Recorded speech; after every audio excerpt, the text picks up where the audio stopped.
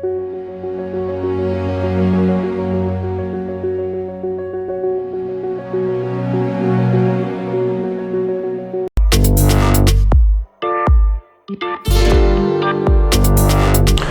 students, how are you बच्चे? So I hope all of you are going strong.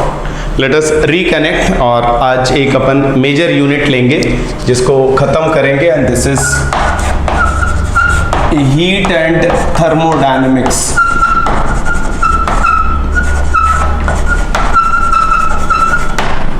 It's a very scoring unit और इस unit से 6 to 8 questions NEET में पूछे जाते हैं। तो अपन यहाँ पे सबसे पहले जो कवर अप करेंगे that is the first part is calorimetry.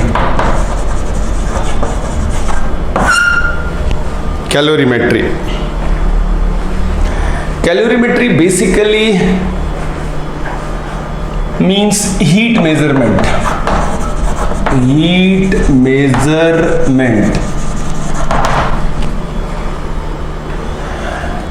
Important है अपने पास 3 expressions that is Q is equal to ms delta T, Q is equal to ml and principle of calorimetry heat gained is equal to heat lost. Energy conservation का statement है, इसको अपन बोलते हैं principal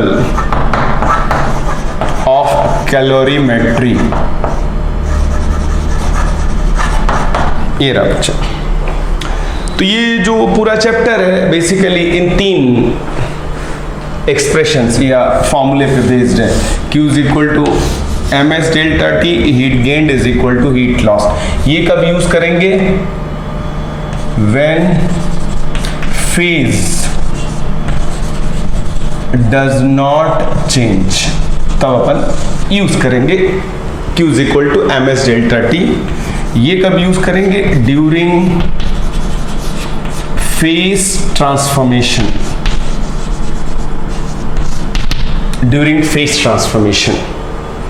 S क्या है? Specific heat, और L जो है latent heat of phase transformation. एक वर्ड क्लियर होना चाहिए। कैलोरीमेट्री हीट मेजरमेंट, राइट बच्चे। तो जो क्वेश्चंस नीट और एम्स में पूछे गए वो इन्हीं फॉर्मूलों पे बेस्ड हैं, तो मीनिंग्स अपने को क्लियर होना चाहिए। हमेशा आपको बताया physics means definitions and laws. अब इसमें जो बातें अपने को समझनी है, जब भी अपन किसी सब्सटेंस को हीट देते हैं उसका टेम्परेचर चेंज होता है, बढ़ता है। For most of the substance, there are some substance it happens the reverse way. Anyway, तो उनका स्पेसिफिक हीट नेगेटिव होगा। Most of the substance on heating उनका टेम्परेचर बढ़ता है। तो ये जो हीट है ms delta T, m mass of substance हो गया, s स्पेसिफिक हीट हो गई, delta T change in temperature हो गया, और जब during phase transformation it is m into L, right बच्चे। अब इसमें कुछ चीजें अपने को जो ध्यान देनी है that is 1 calorie. So 1 calorie is the amount of heat required to raise the temperature of 1 gram of water from 14.5 degrees Celsius to 15.5 degrees Celsius under 1 atm pressure। ये डेफिनेशन है 1 कैलोरी की, ये ध्यान रखना है। So this is one thing, 1 calorie की definition. दूसरा जो स्पेसिफिक हीट है वाटर की, दिस इज 1 कैलोरी पर ग्राम पर डिग्री सेल्सियस, और we can write 1 calorie per ग्राम पर degree kelvin. Specific heat of water अपने को ध्यान रखना है। और ये जो स्पेसिफिक हीट है depends on phase, depends on material, right? So specific heat depends on phase of substance and nature of substance.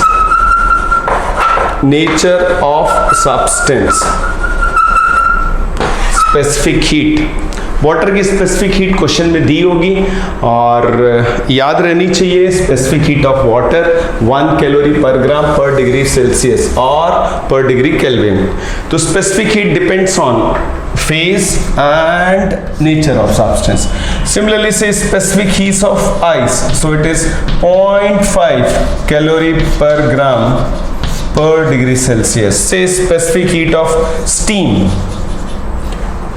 so phase का difference है, so it is say 1 calorie per gram per degree Celsius. It can be different also. मोटा मोटा ये समझे, specific heat depends on phase and nature of substance. याद क्या रखना है आपको, वॉट हाइड्रोजन की स्पेसिफिक हीट मैक्सिमम होती है and it is maximum and this is 4.5 calorie per ग्राम पर डिग्री सेल्सियस. हाइड्रोजन की स्पेसिफिक हीट मैक्सिमम, तो इसका मतलब वाटर की specific heat 1 calorie is a very high value because maximum कितना है 4.5. हाइड्रोजन की स्पेसिफिक हीट मैक्सिमम होती है and it is 4.5 kelvin. So specific heat. अब किसी सब्सटेंस की स्पेसिफिक हीट क्या होती है, बहुत आसान है. अभी अभी अपन ने देखा, यहां पर बात भी कर सकते हैं. फॉर्मूला क्या है अपने पास, Q is equal to ms delta T. So let's take m1 delta T1. So S is equal to Q. तो ये डेफिनेशन होगी स्पेसिफिक हीट की. So specific heat of any substance is the amount of heat required to raise the temperature of unit mass of substance by unit degree Celsius और unit degree Kelvin. उसको specific heat बोलेंगे. हाँ, यहां पे ध्यान रखना, if S is a function of temperature, question में कुछ नहीं दिया होगा, हम स्पेसिफिक हीट को कांस्टेंट लेके चलेंगे. Over small temperature change specific heat constant होती है, but over large temperature change specific heat temperature का फंक्शन होती है. क्वेश्चन में अगर ये दे रखा है तो Q will be integral ms dt. So T1 to T2. So calculus, तो आपको पता है जब भी फंक्शंस इन्वॉल्व हो जाते हैं कैलकुलस कम्स इनटू एक्शन. तो ये स्पेसिफिक हीट है जो अपने को याद रखनी है. स्पेसिफिक हीट और स्पेसिफिक हीट कैपेसिटी अपन सिंपली स्पेसिफिक हीट बोलते हैं, but the correct word is specific heat capacity. Q is equal to ms delta T. अब ये जो है Q is equal to ml during phase transformation, and this is very important, not during phase transformation. एक तो delta T 0 होगा, this is very very important. इसका मतलब ये हुआ temperature remains constant. Phase change हमेशा कांस्टेंट टेम्परेचर पर होगा. और अपने को ध्यान रखना है LH2 once again water, L water, latent heat of water, it is 80 calorie per gram. या इसे L आइस कैलो, एक ही बात है, 80 कैलोरी पर ग्राम. या फिर L स्टीम, अगर अपन याद करें L स्टीम, ये वैल्यूज याद रखनी, 540 calorie per gram. And you know SI unit of heat is joule. Conversion मुझे पता है, 1 calorie is 4.2 joule. So this is the relationship. 1 calorie is equal to 4. So 1 calorie is greater than 1 joule. Calorie conventional unit of heat. तो ये values अपने को ध्यान रखनी है. अब ये latent heat of water, ice, steam, साथ में phase, latent heat of phase transformation. अगर वाटर लिक्विड से, या वाटर लिक्विड ही होता है, आइस में कन्वर्ट होता है तो 80 कैलोरी रिलीज होगा. लेकिन अगर आइस मेल्ट होती है तो इतना देना पड़ेगा. Right, sorry, it is the other way. If it melts converts into water तो 80 कैलोरी रिलीज होगा, और वाटर को आइस में कन्वर्ट करना तो इतनी हीट अपने को एक्सट्रैक्ट करनी पड़ेगी। So latent heat of phase transformation, ये वैल्यूज आपके टिप्स पे होनी चाहिए। Now there are few more definitions. इसी फॉर्मूले को देखो, Q is equal to ms delta T। अगर मैं ms पकड़ लेता हूं, सो दिस इज कॉल्ड ये ms heat capacity. So this is called heat capacity or thermal capacity. The word used is thermal capacity. So इसको H से denote कर सकते हैं, and this is ms. तो अपन इसको लिख सकते हैं Q is equal to H delta T। S क्या है? Specific heat capacity. स्पेसिफिक का मतलब उसमें अमाउंट ऑफ सब्सटेंस यूनिट है, और ये जो हीट कैपेसिटी में it is heat required to raise the temperature of whole mass of body. दोनों की डेफिनेशन में डिफरेंस प्लीज समझ लेना, specific heat capacity and heat capacity. तो हीट कैपेसिटी में amount is not specified, heat capacity is simple ms। S क्या है? Amount of heat required to raise the temperature of unit mass. तो m मास के लिए कितनी हीट जरूरत पड़ेगी? m into s। this is one thing, right? Then we have another word, water equivalent। ये word use होता है water equivalent। Now this water equivalent का मतलब ये हुआ amount of water which has same heat capacity as that of substance। तो इसका मतलब ये हो जाएगा H water is equal to H substance। water equivalent, amount of water which has same heat capacity as that of substance। तो ये हो जाएगा mass of water, specific heat of water, और mass of substance, specific heat of substance। तो यहाँ से ये निकल आया। सो ये जो निकला यहाँ पे से mass of water, so ms, ss and this is sw, इसी को water equivalent बोलते हैं। तो these are the terms connected with calorimetry. Face transformation constant temperature पर होता है, during face transformation temperature change नहीं होता है। ये वैल्यूज अपने टिप्स पे होनी चाहिए। ये छोटी छोटी बातें, heat capacity, specific heat capacity, specific amount is unit. तो ये रहा बच्चे unitary method. And this amount of water which has same heat capacity as that of substance, उसको बोलेंगे वाटर इक्विवेलेंट। क्वेश्चन में नहीं दिया है तो हम नहीं लेके चलेंगे, और अगर क्वेश्चन में वाटर इक्विवेलेंट दे रखा है तो उसको लेकर के चलेंगे। आइस का टेम्परेचर नहीं दिया है तो 0 डिग्री सेल्सियस, स्टीम का टेम्परेचर नहीं दिया है तो 100 डिग्री सेल्सियस लेके चलेंगे। सो this is the concept. This is in nutshell calorimetry. Now coming to the heating curve and cooling curve।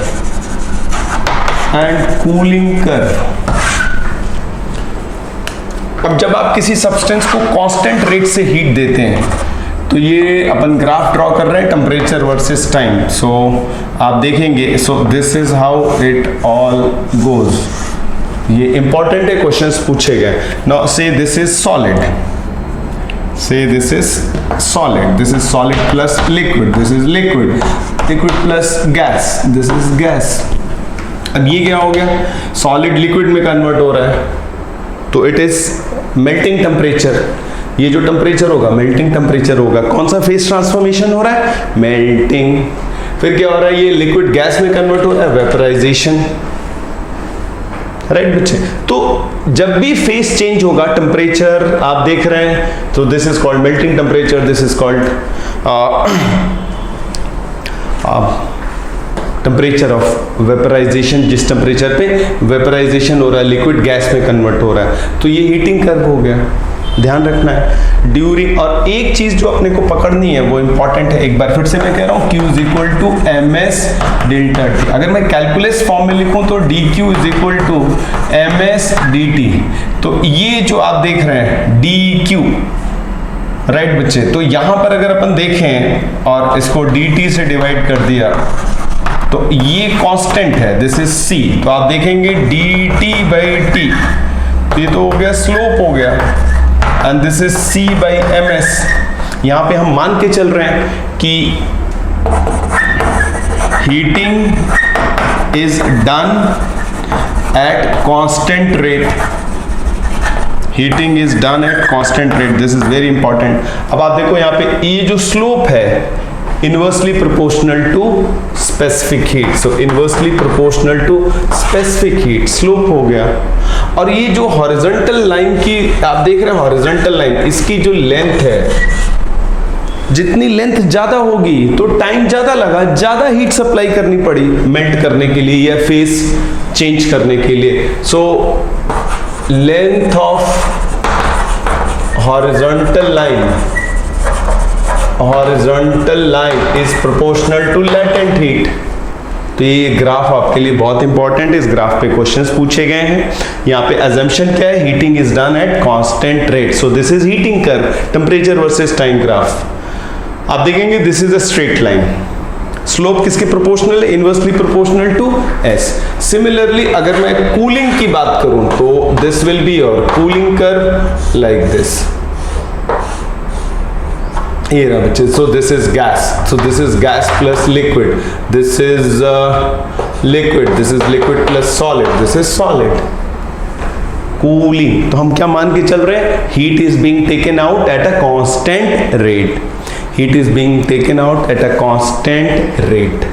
तो heating curve, cooling curve, phase transformation जब भी होगा कांस्टेंट टेम्परेचर पे होगा, Q is equal to ms delta T, Q is equal to ml, heat gained is equal to heat lost,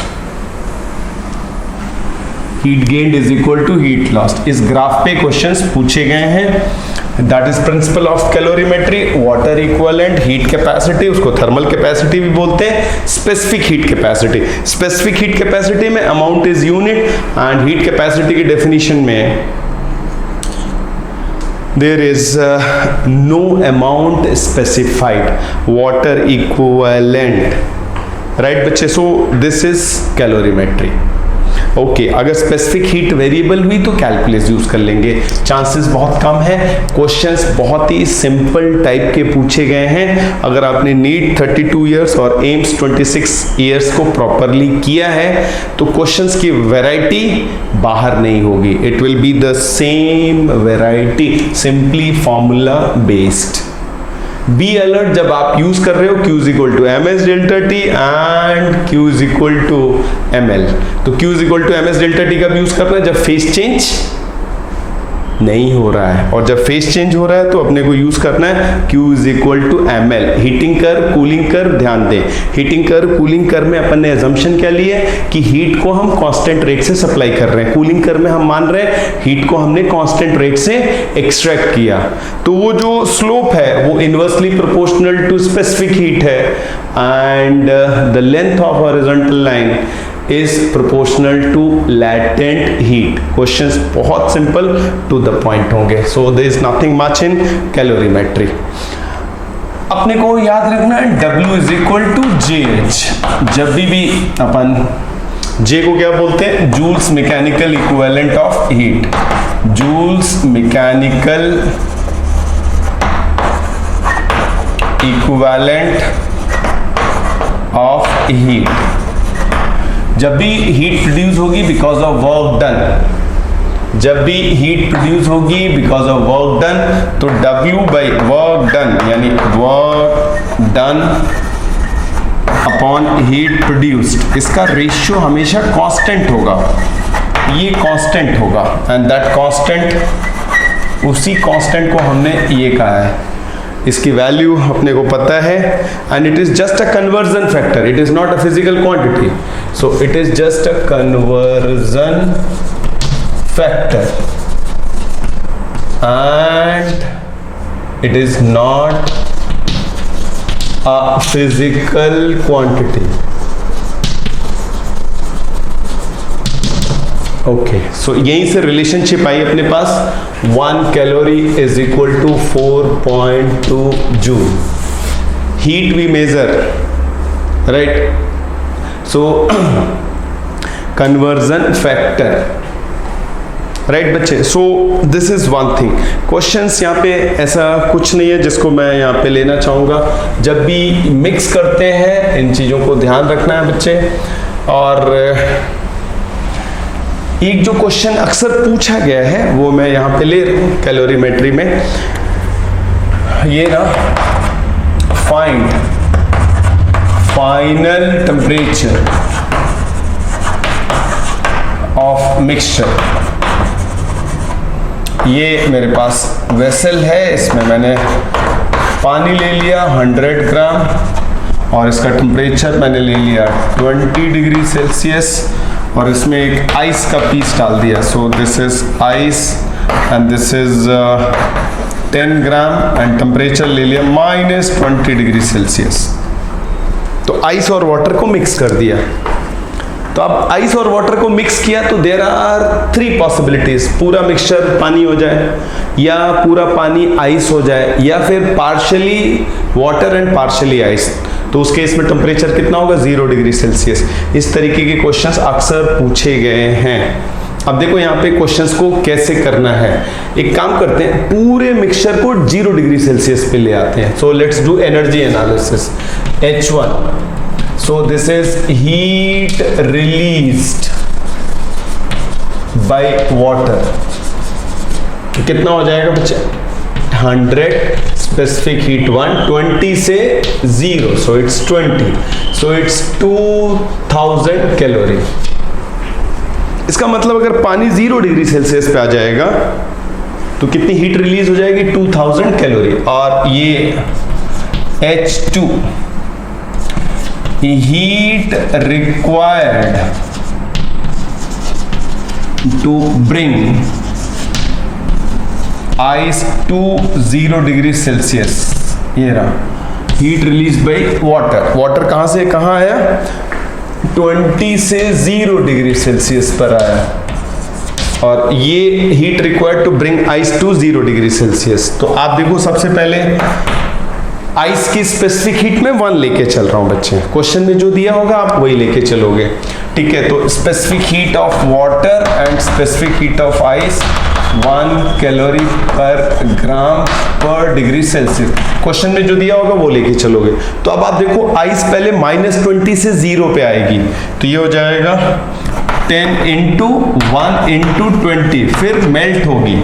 melt यानी ये हो जाएगा अपने पास 10 ग्राम है × 80, तो ये टोटल आप देखेंगे this is 200 plus this is 800 and this is 1000 calorie. This is 1000 calorie.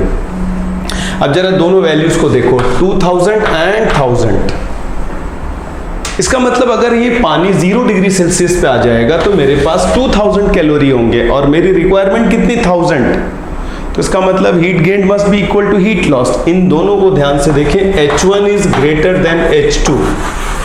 इसका मतलब पूरा मिक्सचर पानी है, hence entire mixture is water. Temperature कहां होगा बिटवीन 0 एंड 20। ये यहां एनर्जी एनालिसिस है। अगर ये कम होता ये ज्यादा होता तो अपन क्या कंक्लूड करते कि पूरी आइस मेल्ट नहीं हुई है। तो इसका मतलब पूरी की पूरी आइस मेल्ट हो गई and finally the temperature is somewhere between 0 and 20। तो ये एनर्जी एनालिसिस अपने को करना पड़ेगा। अब 3 पॉसिबिलिटीज हो सकती हैं, H1 is equal to H2, H1 greater than H2, H1 less than H2। तो अब आप देखो let T is the final temperature. तो वाटर ने कितना लूज किया, दिस इज 100 × 1 × 20 - T। अच्छा इधर आ जाए बच्चे, बात आइस की करें। आइस क्या होगा -20 से, सो 10 × 1 × 20 मेल्ट होगी 20 × 80 प्लस अब वाटर बन गई है तो 10 × 1 × T। सो ये इक्वेशन हो गई। इस इक्वेशन को सिंप्लीफाई करेंगे, T की वैल्यू आ जाएगी और अपने को पता है T will be between 0 and 20। पूरा entire will be mixture. Similarly कई बार क्या करते हैं, स्टीम और वाटर मिक्स करते हैं। स्टीम और वाटर मिक्स करेंगे तो फाइनल टेम्परेचर पूछा जाएगा। तो again we have to bring the entire mixture to 100 degree Celsius, फिर वहां चेक कर लेना है। और अगर सिचुएशन ऐसी होती है like H2 greater than H1, तो यहाँ पे H1 ग्रेटर देन H2 था, H2 ग्रेटर, इसका मतलब complete ice will not melt. Ice और वाटर एक ही टेम्परेचर पे साथ रह सकते हैं and it is 0 degree Celsius. Similarly steam के केस में अपने को चेक करना पड़ेगा। ये बहुत ही रूटीन और रेगुलर क्वेश्चन है कैलोरीमेट्री से, राइट बच्चे। So this is calorimetry. बात कर रहे हैं थर्मल एक्सपेंशन की, that is the next topic, thermal expansion. बहुत आसान है। थर्मल एक्सपेंशन, अपने को पता है most of the solids they expand on heating except polymers. तो थर्मल एक्सपेंशन जो है, अगर मैं पोटेंशियल एनर्जी कर्व देखता हूं बिटवीन टू एटम्स, ये सेपरेशन है, तो अपने को पता है this is the curve, potential energy versus separation, ये रहा बच्चे। So this is your equilibrium separation, इसी को अपन बोलते हैं R0। ये वर्क पावर एनर्जी में देखा था। तो ये जो कर्व है ये एसिमेट्रिक है, ये पैराबोला नहीं है, दिस इज एसिमेट्रिक। तो ये जो थर्मल एक्सपेंशन का रीजन है asymmetric nature of potential energy curve. So asymmetric nature of potential energy versus distance curve, right. Okay, अब बात करते हैं थर्मल एक्सपेंशन की। थर्मल एक्सपेंशन अपन बात करेंगे सॉलिड में सबसे पहले। तो सॉलिड में 3 तरीके के थर्मल एक्सपेंशन होते हैं, अपने को पता है लेंथवाइज, सो अपने को पता है L is equal to L0 1 plus alpha delta, this is the formula. Lengthwise, area wise, and it is A is equal to A0 1 plus beta delta T, and then volume wise इसको cubical expansion भी बोलते हैं, cubical expansion, इसको areal या superficial expansion भी बोलते हैं, surface expansion, superficial expansion. Okay, तो यहाँ पे V is equal to V0 1 plus gamma delta T. Solid में 3 तरीके के एक्सपेंशंस होते हैं, तो length wise expansion, area wise expansion and volume wise expansion. अब अपने को पता है gamma is equal to 3 alpha, beta is equal to 2 alpha, gamma is to beta is to alpha is 3 is to 2 is to 1, ये इनके बीच में ratio है। और तीनों की जो यूनिट है, सो यूनिट इज पर डिग्री सेल्सियस और पर डिग्री केल्विन। सो अल्फा बोले तो coefficient of linear expansion, beta बोले तो कोफिशिएंट ऑफ एरियल एक्सपेंशन, और गामा बोले तो coefficient of volume expansion. Thermal expansion is because of asymmetric nature of curve. तो जब भी सब्सटेंस को हीट करते हैं इट अंडरगोज एक्सपेंशन। सॉलिड में 3 तरीके के एक्सपेंशंस की बात करते हैं, that is length wise expansion, area wise expansion and volume wise expansion. Okay, there are some substance, मैंने आपको बताया बच्चे देर आर सम सब्सटेंस जो कि कॉन्ट्रैक्ट करते हैं on heating and they are basically polymers, तो अपन उनको इग्नोर करेंगे। अब यहाँ पर देखो डेंसिटी का वेरिएशन अपन देखेंगे, तो अपने को पता है density is equal to mass over volume. Volume बढ़ेगा तो डेंसिटी कम होगी, मास में चेंज नहीं आएगा।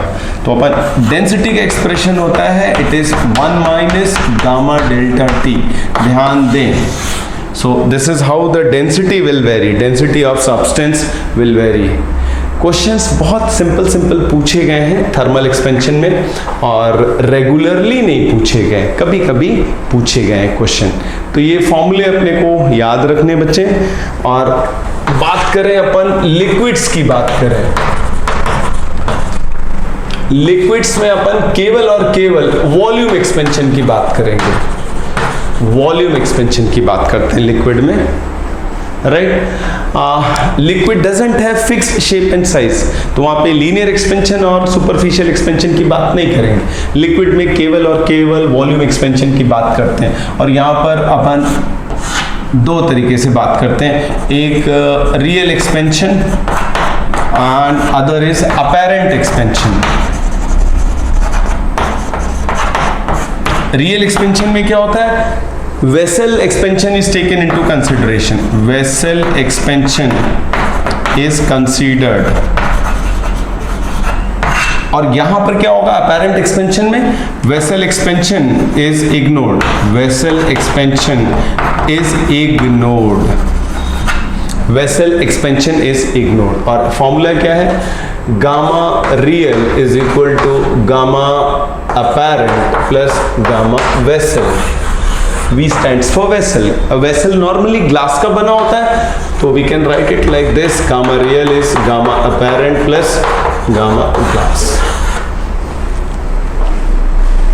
So liquid में अपन केवल और केवल बात करेंगे वॉल्यूम एक्सपेंशन की, और गैसेस में there can be variety of expansions. जो भी गैस एक्सपेंशन होगा, नॉर्मली ऐसे क्वेश्चंस केमिस्ट्री में पूछे जाते हैं, नॉट इन फिजिक्स। तो अगर अपन गैस की बात कर रहे हैं तो वहां पर भी we have volume expansion, and जो भी होगा PV is equal to nRT। This is how we handle gas expansion. Ideal gas मान के चलेंगे, so rest all you know in detail. So n is number of moles, I can write P is equal to rho RT upon M। So कोई भी gas expansion होगा उसको अपन PV is equal to nRT से हैंडल करेंगे। तो thermal expansion में जो क्वेश्चन है बहुत ही लिमिटेड टाइप के क्वेश्चंस पूछे गए हैं बच्चे। एंड सॉलिड में अगर अपन बात करें, so let us come back. सो बात कर रहे हैं थर्मल एक्सपेंशन की, बहुत छोटा सा चैप्टर है, ये छोटे छोटे फॉर्मूले अपने को याद रखने हैं। सो सॉलिड में तीनों तरीके के एक्सपेंशन की बात करेंगे, गैस और लिक्विड में अपन सिर्फ और सिर्फ वॉल्यूम एक्सपेंशन की बात करेंगे। लिक्विड में अपने को अपैरेंट और रियल, अपैरेंट का मतलब वेसल एक्सपेंशन अपन इग्नोर कर रहे हैं। अब अगर मैं एप्लीकेशन की बात करूं, सो एप्लीकेशन की बात करूं, क्वेश्चंस आ जाते हैं एप्लीकेशंस में, and it is bimetallic strip. Bimetallic strip, अब बाईमेटेलिक स्ट्रिप नाम से ही समझ में आ रहा है, it is made up of two different metals, उनको आपस में इस तरीके से ज्वाइन कर दिया। So this is metal A, this is metal B। अब मान लिया suppose alpha A is greater than alpha B, तो जब अपन इसको हीटिंग करेंगे तो किसका एक्सपेंशन ज्यादा होगा, इसमें एक्सपेंशन ज्यादा होगा A का, जिसका अल्फा ज्यादा उसका एक्सपेंशन ज्यादा। तो अगर मैं हीट करता हूं तो डिफरेंशियल एक्सपेंशन को एकोमोडेट करने के लिए it will bend like this. So this is how, this is on heating, on heating bimetallic strip bends towards metal with lesser alpha. Cooling पे उल्टा हो जाएगा, so it is like this. अगर अपन देखें यहाँ पर कूलिंग पे सिचुएशन विल बी डिफरेंट, ये ऑन कूलिंग। तो ये एक बाईमेटेलिक स्ट्रिप है ऑन कूलिंग। बाईमेटेलिक स्ट्रिप का यूज क्या होता है, as a thermostat, as a thermostat, thermostat यानी मेंटेनिंग टेम्परेचर कांस्टेंट। तो it is acting like a switch, it is acting like a electrical switch. तो ये बाईमेटेलिक स्ट्रिप पे क्वेश्चंस पूछे गए। तो बाईमेटेलिक स्ट्रिप, दो स्ट्रिप हैं, डिफरेंट लीनियर एक्सपेंशन, हीटिंग पे किधर झुक जाएगी, जिसका अल्फा कम होगा, और कूलिंग पे उल्टा हो जाएगा। So this is one thing, bimetallic strip. दूसरा होता है स्केल रीडिंग। स्केल रीडिंग, तो स्केल रीडिंग में अपन क्या करेंगे, जो वैल्यू अपन निकालेंगे, सो जो ट्रू वैल्यू होगी that will be measured value, and this will B या स्केल रीडिंग, अपन जो भी कह लें, scale reading 1 plus minus alpha delta T, scale reading true value. अब स्केल जो है एक पर्टिकुलर टेम्परेचर पे कैलिब्रेटेड होता है। मान लिया 30 डिग्री सेल्सियस, अपने को पता है डिफरेंट टाइप ऑफ स्केल्स आते हैं, वुडन स्केल्स होते हैं, स्टील स्केल्स होते हैं, प्लास्टिक स्केल्स होते हैं। अब अगर मान लिया 30 डिग्री सेल्सियस पे आपने कैलिब्रेट किया, कैलिब्रेट का मतलब मार्किंग की, तो 30 डिग्री सेल्सियस पे ट्रू वैल्यू और स्केल रीडिंग सेम होंगी। लेकिन अगर आप हायर टेम्परेचर पे यूज कर रहे हैं तो स्केल एक्सपेंड हो गया, तो आपको करेक्शन करना होगा। स्केल एक्सपेंड हो गया। अब आप suppose you have 1 metre scale, तो ये एक्सपेंड हो गया। इट इज, आपका स्केल तो 1 मीटर बोलेगा but actually it is more than 1 metre. तो प्लस कब यूज करेंगे? Plus is used when scale is used at higher temperature and negative is used at lower temperature. Lower temperature यानी compared to calibrated temperature। तो scale reading, बायमेटेलिक strip, कई बार questions simple pendulum पे भी पूछ लिए जाते हैं। सिंपल पेंडुलम जो क्लॉक है उनका टाइम अपने को पता है, समर्स में जो क्लॉक हैं वो स्लो डाउन हो जाती हैं और विंटर्स में फास्ट हो जाती हैं। So it is simple pendulum, simple pendulum, right. अब सिंपल पेंडुलम में अपने को पता है T is equal to 2 pi under root L by G। अब समर में क्या होगा? लेंथ बढ़ जाएगी। सो लेंथ बढ़ी तो T डैश या T will increase with increase in length. Time period बढ़ गया तो स्लो डाउन हो जाएगा, स्लो डाउन, टाइम पीरियड बढ़ गया। और ये कब होगा? समर्स में। और विंटर्स में क्या होगा? टाइम कम हो जाएगा, L कम हो जाएगा and will become fast and this will happen in winter. Question क्या होता है? एक ही फॉर्मूला है सिंपल सा बच्चे, उसमें ज्यादा कुछ नहीं है। और अगर अपन उसको देखें यहाँ पर अपन लिखते हैं T डैश, T डैश हो जाएगा 2 pi under root L dash by G। ये हो जाएगा 2 pi under root L1 plus alpha delta T। अब यहाँ पे कंफ्यूजन नहीं हो, सो दिस इज टेम्परेचर। ये रहा बच्चे। अब आप इसको ध्यान से देखो तो आप इसे लिख सकते हो 2 pi under root L by G and this is 1 plus alpha delta T की power half. Now this is your T and this you can write 1 over alpha delta T by 2 sorry। तो जो time period में change आया, अगर मैं इसको solve करूं तो T dash minus T upon T, this will be half alpha delta T। ये आपके लिए बच्चे इंपॉर्टेंट है, this is important. T dash minus T upon T, half alpha delta T। Alpha coefficient of linear expansion and this is temperature difference, temperature difference। और इसको देखें time lost or gained per oscillation। So this is basically time lost or gained per oscillation। तो ये इस पे simple straight away questions पूछ लिए जाते हैं।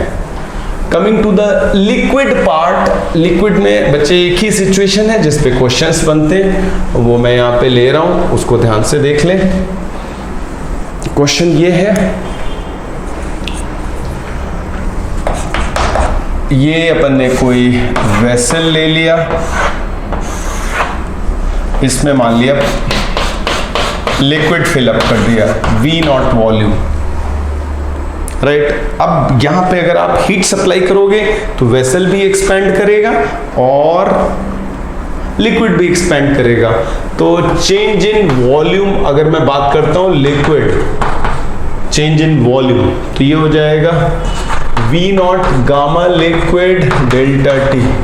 Similarly change in volume of vessel V0 gamma vessel delta T। अब अगर मैं दोनों का डिफरेंस ले लूँ, delta V change in volume, तो ये हो जाएगा delta V vessel minus delta V liquid, तो ये हो जाएगा V naught gamma vessel minus gamma liquid delta T. ये रहा बच्चे, यही एक सिचुएशन है जिसको आप लिख सकते हो, this is V naught 3 alpha minus gamma liquid delta T, ऐसे करके लिख सकते हैं वेसल। अब मेरे पास 3 पॉसिबिलिटी हैं।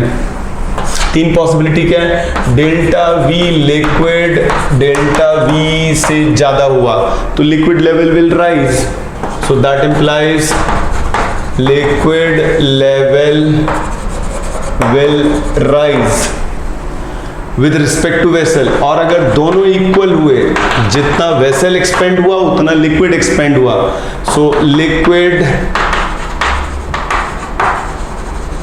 Level will remain same, liquid level will remain same.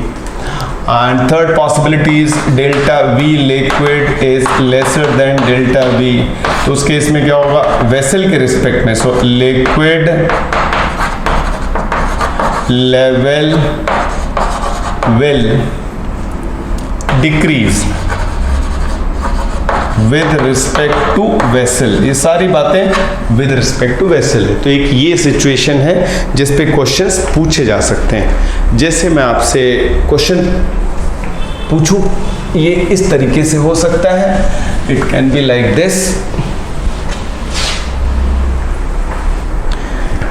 Question can be like this बच्चे, आपसे ये दिया हुआ है कि मेरे पास एक वेसल है एंड दिस वेसल, और ये पूरा ऊपर तक भरा हुआ है, और ये मैंने एक ट्रे रख दी।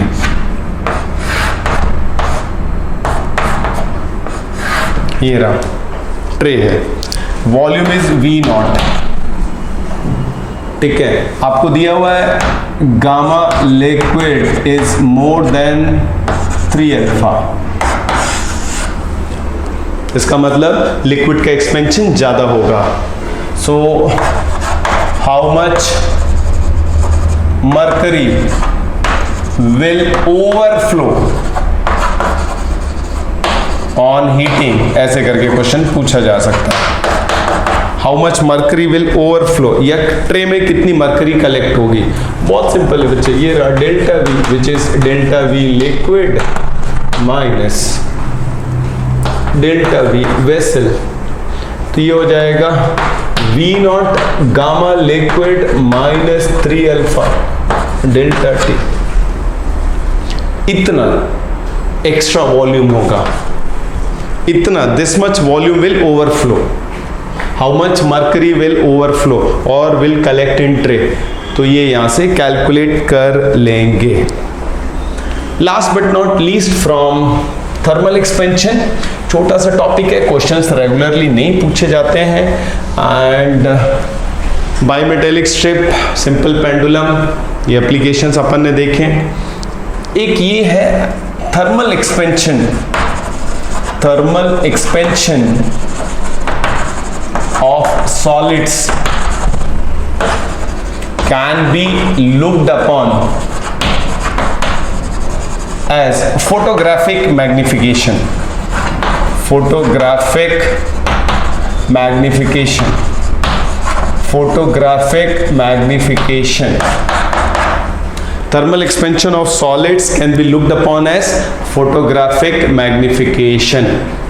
इसका मतलब ये हुआ, that is separation between any 2 points will increase. अब इसमें जो फेमस क्वेश्चन है वो ये है, suppose this is the metal plate, ये कैविटी है, दिस इज कैविटी। अब अगर मैं हीट सप्लाई करता हूं तो what will happen to the diameter of the cavity. बहुत सारे बच्चे क्वेश्चन सोचते हैं कि इसमें कैविटी का डायमीटर क्या होगा, कम होगा, श्रिंक होगा। No, the diameter will increase. कोई भी 2 पॉइंट ले लो, इट विल इंक्रीज। इनफैक्ट यही क्वेश्चन ऐसे पूछा जा सकता है, एक कैविटी ये रहे, एक कैविटी ये रहे, तो ये से D1 and D2, so D1 will increase, D2 will increase. In fact अगर इनके बीच में डिस्टेंस x है तो भी बढ़ेगा। Separation between any 2 points will increase. कई बच्चे ऐसा सोचेंगे कि ये एक्सपैंड हुआ तो इनके बीच में डिस्टेंस कम होगा, no. So thermal expansion can be looked upon as photographic magnification. Right बच्चे, ओके, बात को आगे बढ़ाते हैं and it is heat transfer. Right बच्चे, सो बात कर रहे हैं अपन हीट ट्रांसफर की। इससे भी क्वेश्चंस आते हैं। यस, हीट ट्रांसफर की बात चल रही है। हीट ट्रांसफर तो अपने को पता है basic points, heat flows from higher temperature to lower temperature. This is the fundamental. जब भी टेम्परेचर डिफरेंस होगा, हीट फ्लो, हीट ट्रांसफर कहते हैं, दिमाग में क्या है? Temperature difference. That is the meaning of heat transfer. अब अपने को पता है हीट ट्रांसफर 3 तरीके से होता है। सो 3 modes, like one is conduction, and then we have convection, and third we have radiation. Questions basically conduction या रेडिएशन से होते हैं। अब कंडक्शन की बात करें तो मेनली इन सॉलिड्स, सॉलिड्स में भी मेनली इन मेटल्स। तो अपने को पता है metals are good conductor of heat as well as good conductor of electricity. Convection basically in fluids, fluids बोले तो लिक्विड प्लस गैस। कंडक्शन में क्या होगा? No actual movement of medium particle, no actual movement of medium particles, medium particles. Convection में क्या होगा? Medium particles actually move करते हैं, तो medium particles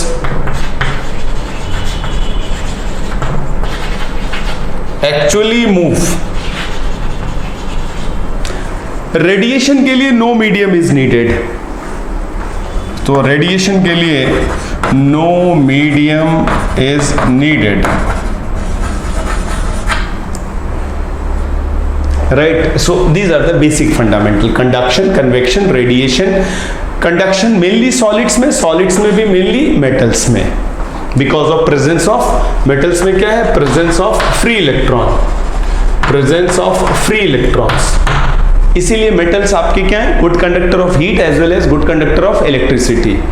okay, now coming to the expression part, अपने को यहाँ पे ध्यान देना है। हीट करंट H, इसको कई बार हीट करंट भी बोल देते हैं, and we can understand it as heat flow rate, heat flow rate, that is dEq by dt। तो अपने को जो एक्सप्रेशन याद रखना है, H is equal to -KA dt by dx। This is the basic equation.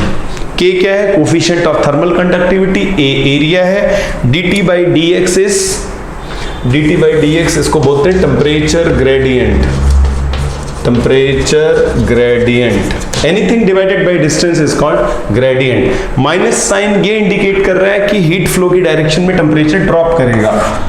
So this tells temperature will drop in the direction of, in the direction of heat flow, heat flow की direction में temperature drop होगा। Right, okay. अब ये जो है expression जो heat flow rate है, कई बार एक वर्ड और यूज करते हैं, heat flux. So this is your heat flow rate and if we say heat flux, so heat flux J से डिनोट करते हैं, ये हो जाएगा heat flowing per second per unit area, heat flux. अब अगर यहाँ पे बात करें स्लैब की बात करते हैं, यही रिजल्ट आपके लिए इंपॉर्टेंट है बच्चे। ये मैंने एक स्लैब ले ली, इसका एरिया A है, इधर टेम्परेचर T1 मेंटेन किया, इधर T2, T1 greater than T2, heat ऐसे फ्लो हो रही है, राइट। इसकी लेंथ मैंने L ले ली है। तो स्लैब का रिजल्ट हम सबको याद रखना है, कितनी हीट फ्लो होगी, it will B KA T1 minus T2 upon L, ये रहा, this is the heat flow rate, right बच्चे। और यहां पर एक है टेम्परेचर प्रोफाइल। आप देखेंगे अगर मैं ग्राफ ड्रॉ करूं बिटवीन टेम्परेचर वर्सेस डिस्टेंस, तो ये टेम्परेचर लीनियरली ड्रॉप करेगा। ये यहाँ पर टेम्परेचर T1 है और ये रहा यहाँ पे टेम्परेचर T2 है। सो टेम्परेचर का जो वेरिएशन होगा वो लीनियर वेरिएशन होगा। तो ये बातें अपने को ध्यान रखनी, ये रिजल्ट अपने लिए इम्पॉर्टेंट है। और एक जो क्वेश्चन इम्पॉर्टेंट है वो ये है कि अगर मैं ऐसा कहता हूँ टेम्परेचर वर्सेस एक्स, मैंने ये दो ग्राफ बना दिए, आप देख रहे हैं बच्चे, एक ये स्लोली टेम्परेचर चेंज हो रहा है और एक आप देख रहे हैं बहुत तेजी से टेम्परेचर चेंज हो रहा है, ठीक है, बहुत तेजी से टेम्परेचर चेंज हो रहा है। ये क्वेश्चन आपके लिए इंपॉर्टेंट है। यहाँ पे थर्मल कंडक्टिविटी K1, यहाँ पे थर्मल कंडक्टिविटी K2। तो अपने को क्वेश्चंस जो दिए होंगे वो ये होगा, K1 equal to K2, K1 greater than K2, K2 less than greater than K2, K1, इस तरीके क्वेश्चंस, एंड D नन। ये आपके लिए इंपॉर्टेंट है। अब आप देखो यहां पर टेम्परेचर स्लोली ड्रॉप हो रहा है, तो टेम्परेचर स्लोली ड्रॉप होने का मतलब क्या हुआ, कंडक्टर, और इसमें टेम्परेचर तेजी से ड्रॉप हो रहा है, तो इसका मतलब इसकी जो कंडक्टिविटी है ज्यादा है। So K1 is greater than K2. Okay, so this is important. या फिर आप यहां से देख सकते हैं, ये यहां से चेक कर सकते हैं। Okay, so this is important. K1 greater than K2. जितनी ज्यादा थर्मल कंडक्टिविटी होगी, heat will be quickly transferred, और अगर जितनी कंडक्टिविटी कम होगी, लाइक इंसुलेटर्स की थर्मल कंडक्टिविटी कम होगी, so we can guess, so this can be conductor, this can be conductor and this can be insulator, this can be conductor और this can be insulator, right. Okay, अब आप देखो यहां पर इसको अपन ऐसे भी समझ सकते हैं। So heat flow rate is equal to K A and this is temperature difference divided by L. आप इसको थोड़ा सा मॉडिफाई कर सकते हो, इसको लिख सकते हो delta T upon L upon K ए। तो जैसे अपन करंट इलेक्ट्रिसिटी में पढ़ते हैं कि electric current is potential difference divided by resistance, अपन बात कर रहे हैं हीट करंट की, तो इसका मतलब ये हो गया टेम्परेचर डिफरेंस डिवाइडेड बाय ये थर्मल रेजिस्टेंस हो जाएगा RTH, वो इलेक्ट्रिकल रेजिस्टेंस है। अपने को पता है R की वैल्यू क्या होती है, रो L बाई A। रो क्या है, रेजिस्टिविटी। सिमिलरली अगर मैं यहां पर देखता हूं तो RTH will be L upon KA। Similar heat current, electric current, thermal resistance, like बच्चे। तो यहां पर आप देखें ये कंडक्टर है तो इसका थर्मल रेजिस्टेंस क्या होगा, कम होगा। थर्मल रेजिस्टेंस कम होने का मतलब ये हुआ K की वैल्यू क्या होगी, ज्यादा होगी। बहुत सिंपल है। So heat current, electric current. अब ये जो आप देख रहे हैं temperature difference similar to potential difference, heat current similar to electric current and thermal resistance और इलेक्ट्रिकल रेजिस्टेंस। तो अब आप क्या कर सकते हैं, सारे रिजल्ट सीरीज पैरेलल के आप यूज कर सकते हैं। लाइक रॉड सीरीज में कनेक्टेड है, रॉड पैरेलल में कनेक्टेड है, सो इसको बोलते हैं इलेक्ट्रिकल एनालॉजी, इलेक्ट्रिकल एनालॉजी।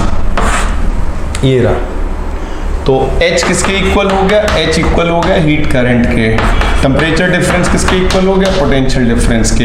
यहाँ पे thermal resistance which is L upon K A, यहाँ पे आएगा electrical resistance which is rho L by A, that's the difference.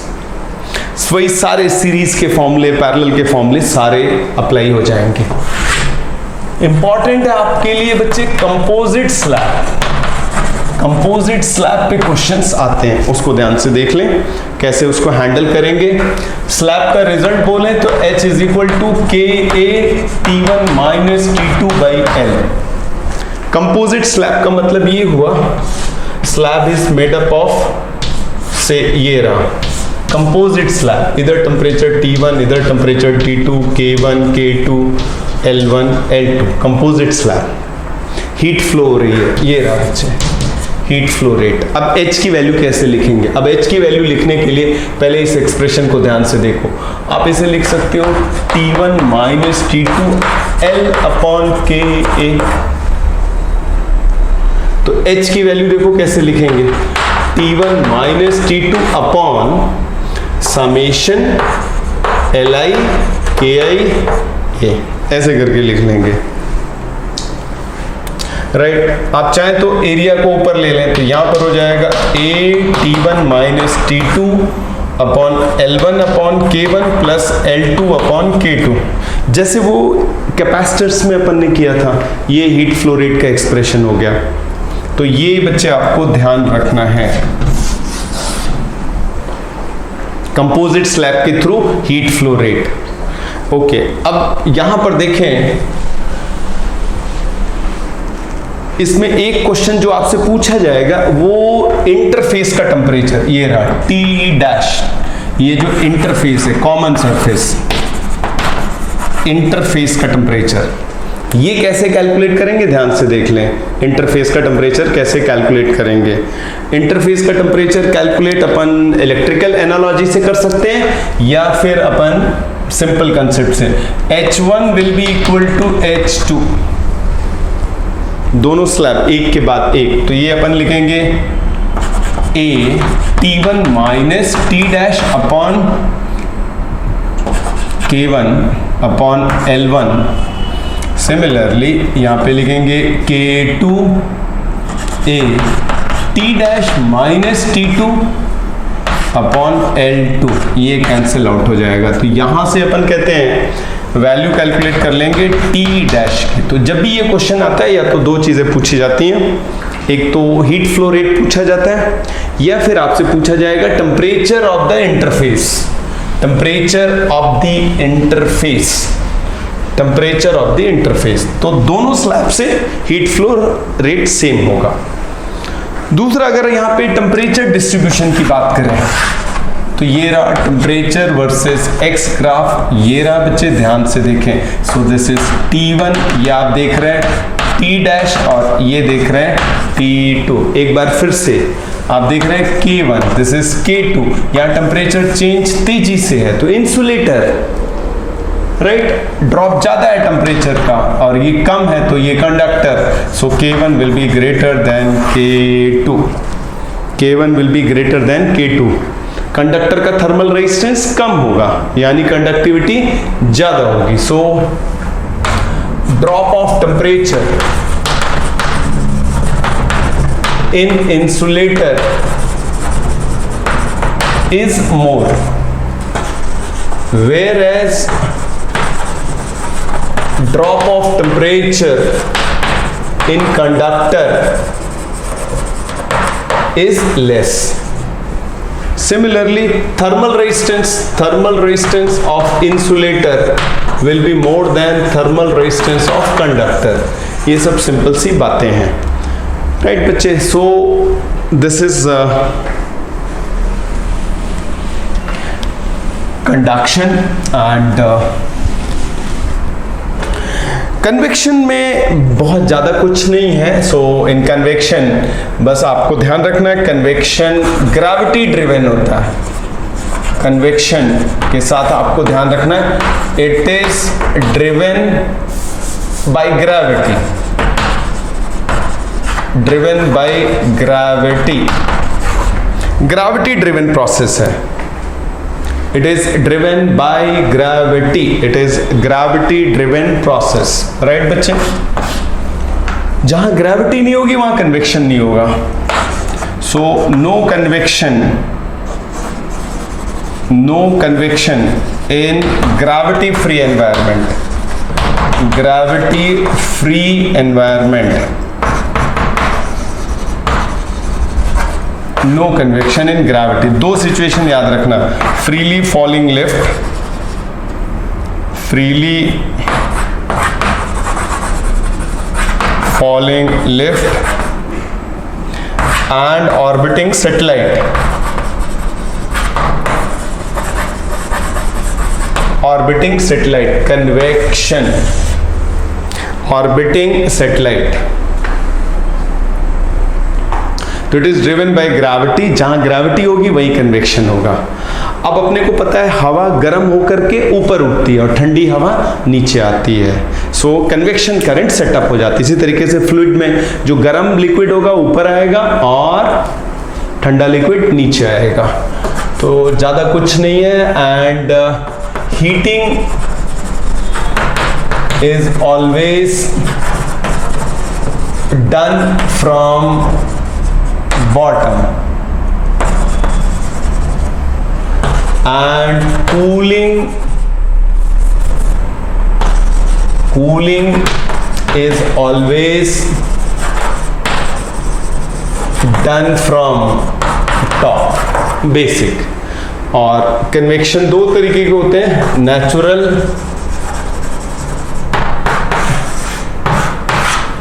Natural convection, gravity driven. So natural convection या फिर फोर्स कन्वेक्शन, आप medium को अपनी मर्जी से फ्लो कराते हो। बेस्ट एग्जांपल इज, अगर बच्चों आपको ध्यान हो, बहुत पहले, अब तो not that seen in India, गांव में जब चूल्हा जलाते थे तो वो एक लंबी पाइप से होते थे, उसमें फूंकते थे। सो दिस इज फोर्स कन्वेक्शन। या कभी ढाबे पे देखा होगा, वो क्या करते, छोटा सा पंखा लगा लेते। या कभी अपन भुट्टा खाते हैं, राइट। सो जब उसको गर्म करते हैं तो वो हाथ से एक छोटी सी मशीन चलाता है, उससे हवा निकलती है। फोर्स कन्वेक्शन, जहां पे मीडियम को आप अपनी मर्जी से मूव करा रहे हैं। Natural convection, medium moves under the influence of gravity. तो बच्चे इसमें कुछ खास नहीं है। एंड कन्वेक्शन डोमिनेंट है फ्लूइड में। कन्वेक्शन में there is actual movement of medium particle from one place to another place.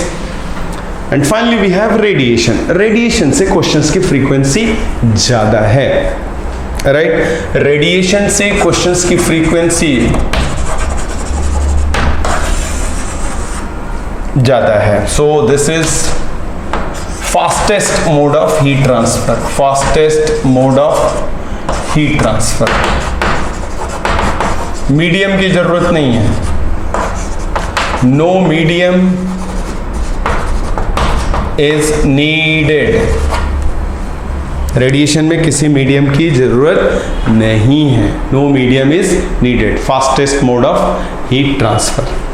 अब इसमें अपने को ध्यान क्या रखना है, स्टीफेंस लॉ याद रखना है, दैट्स इंपॉर्टेंट। स्टीफेंस लॉ क्या कहते हैं? स्टीफेंस लॉ, जो हीट एनर्जी रेडिएटेड है, like H is equal to dq by dt, heat energy radiated per second. So this is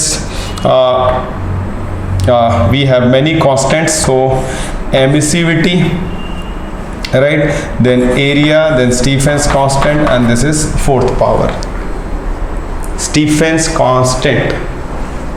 This is emissivity, ये surface property है, surface property, राइट। और ये depend करती है नेचर पे। Emissivity dimensionless, dimensionless, Okay, so this is the major important law. A is area, Stephen's constant, fourth power of absolute temperature, Stephen's constant. अब अगर मान लिया कोई बॉडी है, इसका टेम्परेचर T है, सराउंडिंग का टेम्परेचर Ts है, तो इनके बीच में there is a continuous exchange of radiation.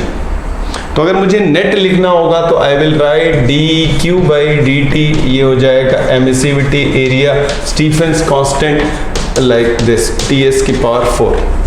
तो स्टीफेंस लॉ, रेडिएशन, सारी बॉडीज एनर्जी रेडिएट करती हैं एक्सेप्ट बॉडीज एट 0 केल्विन. अगर T यहाँ पे 0 रख दें तो heat energy radiated. And bodies के बीच में क्या है, there is a continuous exchange of radiation. There is a continuous exchange of radiation. तो ये अपने लिए इंपॉर्टेंट फॉर्मूला है, लाइक स्टीफेंस लॉ. बॉडीज के बीच में, और एमिसिविटी अगर नहीं दिया होगा तो अपन 1 पकड़ के चलेंगे. बॉडीज के बारे में कुछ नहीं दिया तो ब्लैक बॉडी मान के चलेंगे. ब्लैक बॉडी बोले तो black body simply means the body which absorbs all incident radiation, उसे ब्लैक बॉडी बोलते हैं. एमिसिविटी क्वेश्चन में नहीं दे रखा है तो उसे 1 पकड़ के चलेंगे. ओके, अब अगर इसको ध्यान से देखें तो इसी में जो एक लॉ निकल के आता है, कोई भी बॉडी अगर आपने रख दिया तो आप देखेंगे उसका टेम्परेचर वर्सेस टाइम ग्राफ. तो बॉडी आप देखेंगे फाइनली बॉडी का टेम्परेचर वही होगा जो सराउंडिंग का होगा. This we can call it cooling curve. Cooling curve. Okay, अब ये स्टीफेंस लॉ का एक स्पेशल केस है and that is Newton's law of cooling. Newton's law of cooling. Newton's law of cooling क्या है कि अगर टेम्परेचर डिफरेंस से बॉडी का टेम्परेचर सराउंडिंग से थोड़ा ज्यादा है तो आप देखेंगे ये जो dt/T है, rate of cooling is proportional to delta T. This is your Newton's law of cooling. dt/T इसको बोलेंगे रेट ऑफ कूलिंग. कूलिंग इसलिए बोल रहे हैं क्योंकि टेम्परेचर ड्रॉप हो रहा है, रेट ऑफ कूलिंग. अब आप इसको ऐसे लिख सकते हो, dt/T is equal to -k delta T. K proportionality constant minus क्यों है, क्योंकि टाइम के साथ साथ टेम्परेचर ड्रॉप हो रहा है. सो temperature is dropping with time, इसीलिए ये माइनस साइन. इसको डिफरेंशियल फॉर्म बोलेंगे. अब आप इसको इंटीग्रेट कर सकते हो. इसको अगर अपन इंटीग्रेट करें तो ये हो जाएगा dt अपॉन डेल्टा T. बोले तो आप देख रहे हैं यहाँ पे बॉडी का जो टेम्परेचर है that will be T minus Ts and that will be -k dt. Integrate कर लेंगे 0 to T and this is T1 to T2. ये इंटीग्रल फॉर्म हो गया. So Newton's law of cooling क्या है, rate of cooling is proportional to temperature difference under the condition that surrounding और body के temperature difference बहुत ज़्यादा नहीं है. So we can use it questions में. अगर delta T less than 100 degree Celsius है यूज कर लेंगे, कोई दिक्कत नहीं, चलेगा. ये रहा बच्चे, इसको इंटीग्रेट करते हैं तो ये हो जाएगा ln T minus Ts and this is T2 minus T minus KT.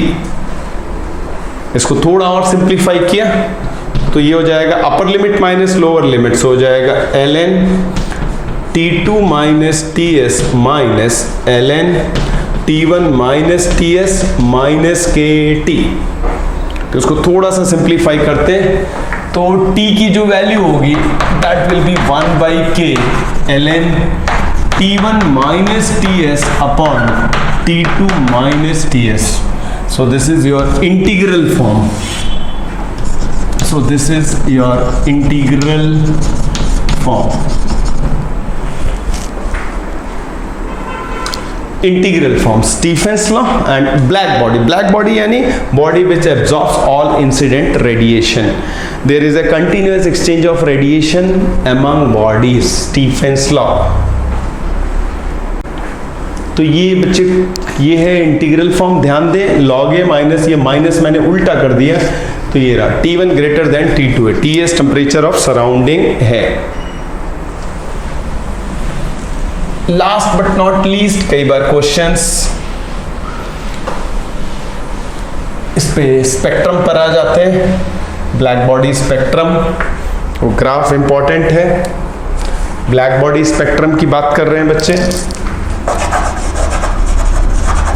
Black body spectrum. तो एनर्जी डिस्ट्रीब्यूशन अगर अपन इधर देखें, ओवर दी वेवलेंथ, इंटेंसिटी देखें, एनर्जी रेडिएटेड पर सेकेंड पर यूनिट एरिया, तो आप देखेंगे ये ग्राफ कुछ इस तरीके से आता है। So this is the distribution. अब इसमें इंपॉर्टेंट पार्ट है, there is a peak, so there is a wavelength lambda M, जिसपे intensity is maximum. So here I take intensity of radiation.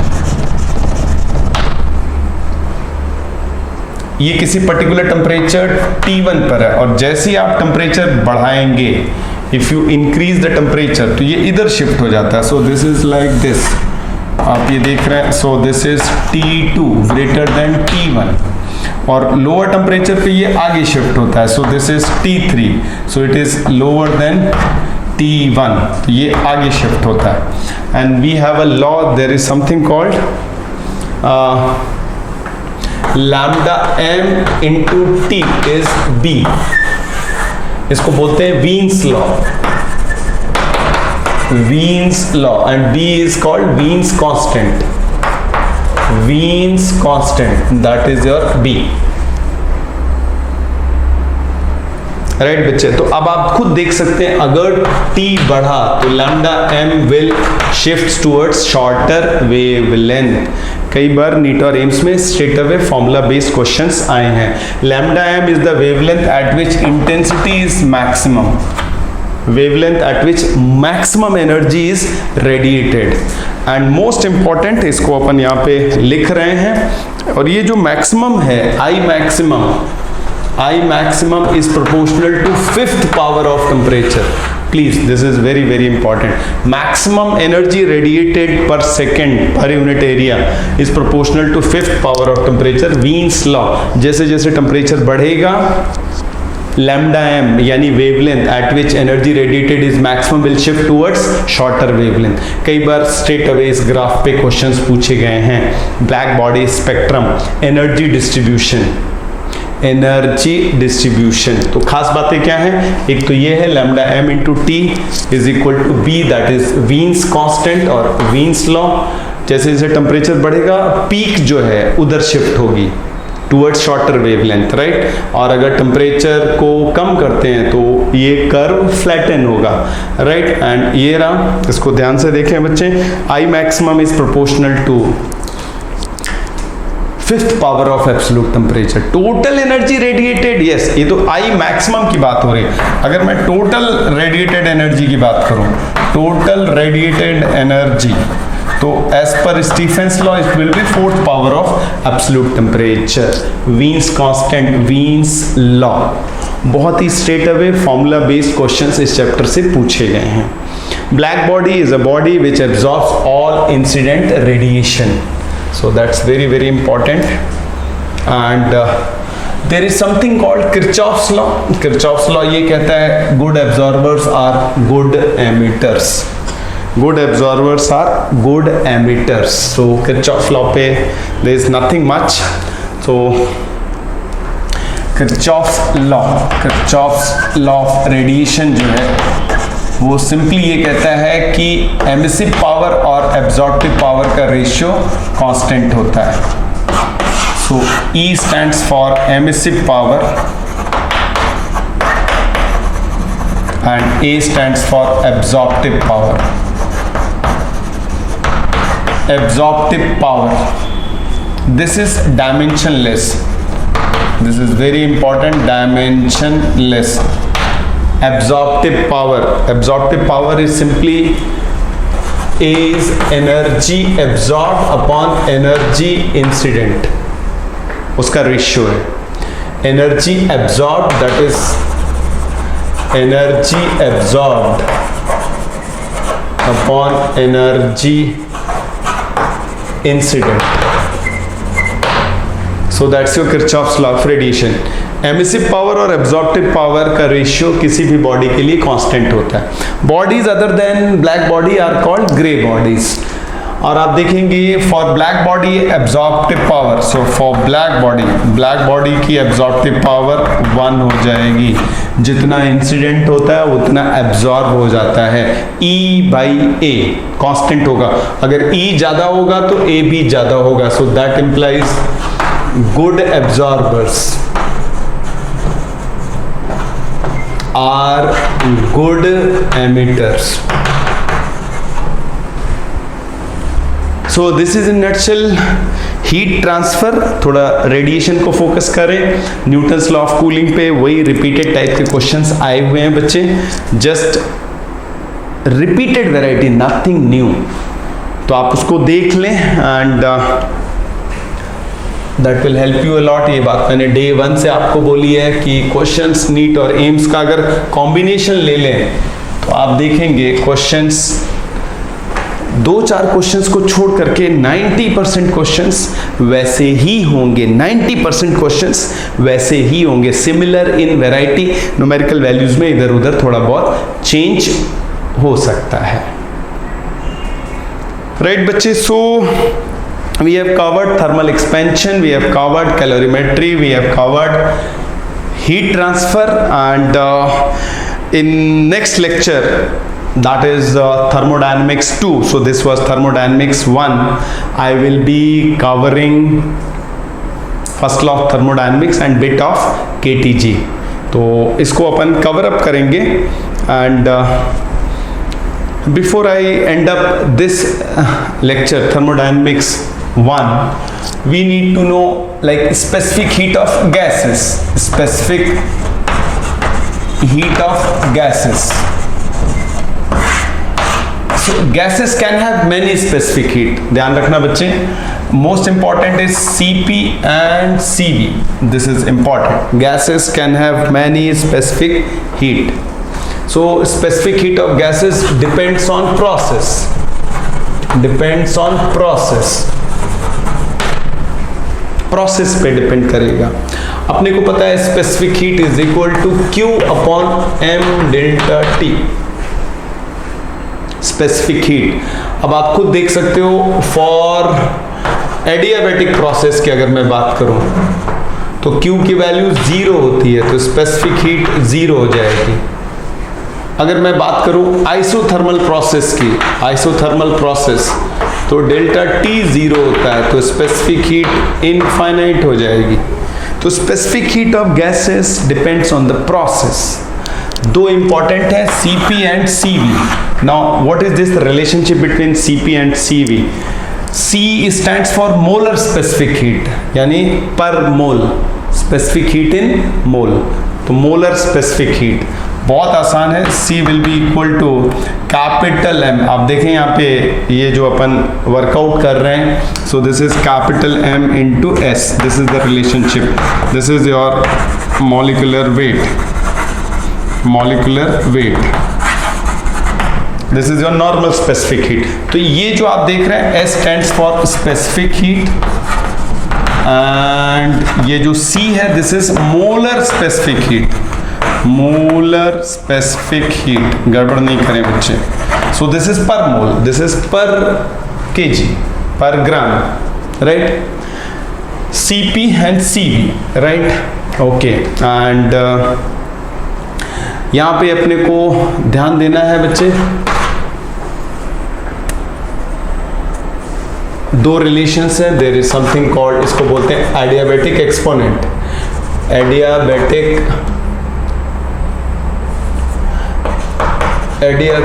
Exponent constant है, इंडेक्स भी बोलते हैं, जैसे Cp over Cv, एक ये रिलेशन है, and Cp minus Cv is equal to R। So this is second relation and this is first relation. Specific heat of gases Cp और Cv, principal specific heat. Adiabatic process में specific heat is 0, isothermal process में specific heat is infinite. इन दोनों को simplify करते हैं तो Cp आ जाता है gamma R over gamma minus 1 and CV will be R over gamma minus 1. So ये अपने को ध्यान रखना है, specific heat of gases depends on process. Cp minus Cv is equal to R and gamma is equal to Cp over Cv. Right, so this is your dimensionless, unitless, definitely. तो ये सारी बातें अपने को ध्यान रखनी है. In thermodynamics 2 I will be covering up KTG and thermodynamics. Right students, so enough for this lecture. Keep learning, keep watching videos and stay safe.